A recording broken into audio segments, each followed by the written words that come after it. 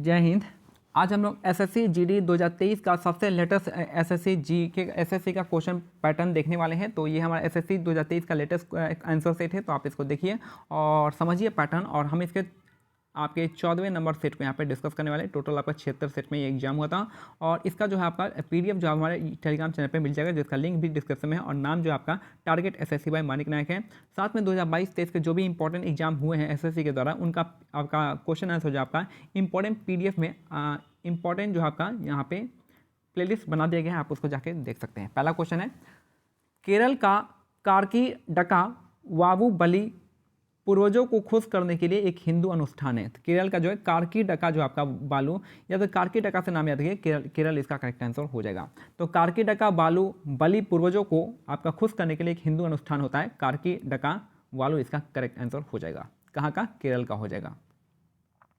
Next है question number 2। यहाँ पे कह रहा है कि भोपाल झील जो कि अपने समय की सबसे बड़ी कृत्रिम झीलों में से एक है, उसका निर्माण किस शताब्दी में किया गया था? तो आपका 11वीं शताब्दी में किया गया था। तो भोपाल झील जो कि अपने समय के सबसे बड़ी कृत्रिम झीलों में से एक है, इसका निर्माण जो आपका 11वीं शताब्दी में किया गया था। नेक्स्ट है, भारतीय संविधान के न्यायपालिका की स्वतंत्रता का प्रावधान जो है निम्नलिखित में से किस देश से लिया गया है? यानी इंडिपेंडेंस ऑफ जो आपका जुडिशरी है वो कहाँ से लिया गया है? तो आपका यूएसए से लिया गया है। इंडिपेंडेंस ऑफ जुडिशरी हो गया, चाहे office of president, vice president हो गया, ये सब कहाँ से लिया गया? आपका अमेरिका से लिया गया। PIL जुडिशियल रिव्यू, और साथ में जो आपका यहाँ पे प्रोटेक्शन ऑफ लॉज होता है वो भी आपका अमेरिका से ही लिया गया है। ठीक है, तो यहाँ से आपका संयुक्त राज्य अमेरिका इसका करेक्ट आंसर हो जाएगा। यहाँ से आप फंडामेंटल ड्यूटी लिए हैं, यूएसए से फंडामेंटल ड्यूटी लिया है गया है, और ठीक है, और फ्रांस से आपका idea of liberty, equality and fraternity लिया गया है। और यहाँ पे यूनाइटेड किंगडम से बहुत सारी चीज़ लिए हैं, लेजिस्लेचर भी वहाँ से लिए गए हैं, और कैबिनेट सिस्टम वहाँ से लिए गए हैं, ये सब बहुत सारी चीज़, और सिर्फ सिंगल सिटीजनशिप वहाँ से लिया गया है। नेक्स्ट है, ईडन गार्डन क्रिकेट मैदान निम्नलिखित में से किस शहर में है? तो आपको पता होगा, सबको पता है कि ईडन गार्डन कहाँ पे है? कलकत्ता में हो जाएगा। तो ईडन गार्डन क्रिकेट मैदान जो है निम्नलिखित में से किस शहर में है? तो कोलकाता इसका करेक्ट आंसर हो जाएगा। नेक्स्ट है, किसी देश की प्रति व्यक्ति आय की गणना देश की राष्ट्रीय आय कोष की जनसंख्या से भाग देकर की जाती है। तो किसी भी देश की जो प्रति व्यक्ति आय हम निकालते हैं, तो उसमें जो है जो भी आपकी नेशनल इनकम होता है, देश की जो आपका इनकम होता है, राष्ट्रीय आय होता है, नेशनल इनकम, उसको हम आके पॉपुलेशन, टोटल पॉपुलेशन से यहाँ पे डिवाइड करके निकालते हैं पर कैपिटा इनकम। तो यह जगह जनसंख्या को डिवाइड करते हैं। नेक्स्ट है क्वेश्चन नंबर 6। फरवरी 2022 में सीबीएसई के नए अध्यक्ष के रूप में किसे नियुक्त किया गया है? तो जो है आपका सीबीएसई के नए अध्यक्ष बने हैं आपके विनीत जोशी। ये आपका फरवरी 2022 का है डाटा। तो अभी से आज फिलहाल जो है, अभी देख लीजिएगा आपका करंट में कौन चल रही है, तो उसी हिसाब से आप आंसर लगाइएगा। और निधि चिपर भी बनी थी, तो ठीक है, तो फरवरी 2022 के हिसाब से विनीत जोशी हो जाएंगे सही। तो आप अपने टाइम के अनुसार देख लीजिएगा जब भी आप 2023-24 में देख रहे होंगे। नेक्स्ट है, भारतीय संविधान की विशेषता संघवाद और का केंद्रीकृत रूप है, जिसमें केंद्र के पास राज्यों से अधिक शक्तियां होती हैं, और ये किस मॉडल पे आधारित है? तो आपका कनाडा मॉडल पे है। तो कनाडा मॉडल पे जो आधारित है, यानी सेंटर को ज़्यादा पावर दिया गया है, सेंटर को ज़्यादा पावर दिया गया और एज कम्पेयर टू स्टेट, तो ये आपका कनाडा मॉडल से संबंधित है।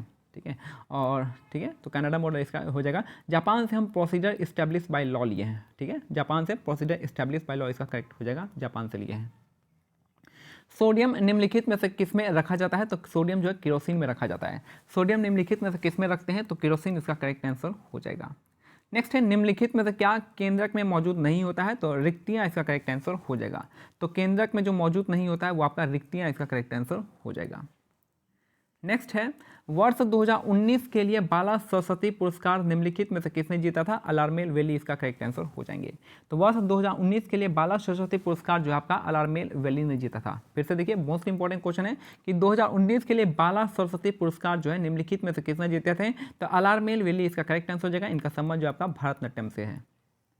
नेक्स्ट है, वॉलीबॉल की पुरुष टीम के लिए भूतल से नेट की मानक ऊंचाई कितनी होती है? तो 2.43 मीटर होता है। तो वॉलीबॉल की पुरुष की टीम के लिए भूतल से नेट की मानक ऊंचाई जो होती है आपकी 2.43 मीटर होता है वॉलीबॉल का। नेक्स्ट है, हरित क्रांति की शुरुआत जो हुआ था आपका मैक्सिको में हुआ था। हरित क्रांति की शुरुआत कब हुआ? मैक्सिको इसका करेक्ट आंसर हो जाएगा। तो हरित क्रांति यानी ग्रीन रिवॉल्यूशन का स्टार्ट जो आपका मैक्सिको से हुआ है। नेक्स्ट है, सोनल मानसिंह को निम्नलिखित में से किस शास्त्रीय नृत्य के लिए संगीत नाटक अकादमी पुरस्कार से सम्मानित किया गया था? तो ओडिसी डांस इसका करेक्ट आंसर हो जाएगा। तो सोनल मानसिंह का संबंध जो आपका ओडिसी डांस से हो जाएंगे। और भी ओडिसी डांस जो आपका केलुचरण महापात्रा हो जाएंगे, साथ में आपका माधवी मुदगल हो जाएंगी और मीनाती मिश्रा हो जाएंगे। ये सब कहाँ से? आपका ओडिसी डांस ही फेमस है, ठीक है। और इलियाना सिटारिस्टी जो है आपके ये विदेशी आपके ओडिसी डांसर हैं। नेक्स्ट है, नवंबर 2022 तक की स्थिति के अनुसार निम्नलिखित में से कौन दिल्ली के मुख्यमंत्री है? तो अरविंद केजरीवाल। सिंपल सा क्वेश्चन है, बहुत इजी क्वेश्चन था कि नवंबर 2022 तक की स्थिति के अनुसार दिल्ली के मुख्यमंत्री है अरविंद केजरीवाल और 10 साल तक रहेंगे। नेक्स्ट है, औद्योगिक नीति संकल्प 1956 ने उद्योगों को 3 श्रेणियों में वर्गीकृत किया था। तो औद्योगिक नीति जो है आपका संकल्प 1956 ने उद्योगों को 3 श्रेणियों में वर्गीकृत किया था। इसका करेक्ट आंसर हो जाएगा। तो औद्योगिक नीति संकल्प 1956 जो ने उद्योगों को क्या है 3 श्रेणियों में वर्गीकृत किया है। नेक्स्ट है, निम्नलिखित में से कौन शुंग वंश के प्रथम शासक था? तो शुंग वंश के प्रथम शासक थे आपके पुष्यमित्र शुंग। इसका करेक्ट आंसर हो जाएगा। तो शुंग वंश के जो आपका प्रथम शासक है आपके पुष्यमित्र शुंग ने, इन्होंने किसको? विद्युत की हत्या करके शुंग वंश की स्थापना की थी पुष्यमित्र शुंग ने। नेक्स्ट है, अटल पेंशन योजना जो आपका भारतीय नागरिकों के लिए एक पेंशन योजना है जो आपके असंगठित क्षेत्र के श्रमिकों पर केंद्रित है। तो अटल पेंशन योजना भारतीय नागरिकों के लिए एक पेंशन योजना है जो असंगठित क्षेत्र के श्रमिकों पर केंद्रित है। नेक्स्ट है, कौन सी योजना गैर प्रमुख बंदरगाहों और प्रमुख बंदरगाहों की कनेक्टिविटी सहित तटीय सीमा क्षेत्र के साथ साथ सड़कों के विकास के लिए प्रस्तावित की गई है? तो आपका सागरमाला परियोजना इसका करेक्ट आंसर हो जाएगा। तो कौन सी योजना जो आपका गैर प्रमुख बंदरगाहों और प्रमुख बंदरगाहों की कनेक्टिविटी सहित तटीय सीमा क्षेत्रों के साथ साथ सड़कों के विकास के लिए प्रस्तावित की गई है? तो सागरमाला परियोजना इसका करेक्ट आंसर हो जाएगा। नेक्स्ट है क्वेश्चन 19, जनगणना 2011 के अनुसार भारत में पुरुषों की साक्षरता दर कितनी है? तो पुरुषों की साक्षरता दर 82.14 हो जाएगा। तो जनगणना 2011 के अनुसार पुरुषों की साक्षरता दर आपके 82.14 हो जाएगा।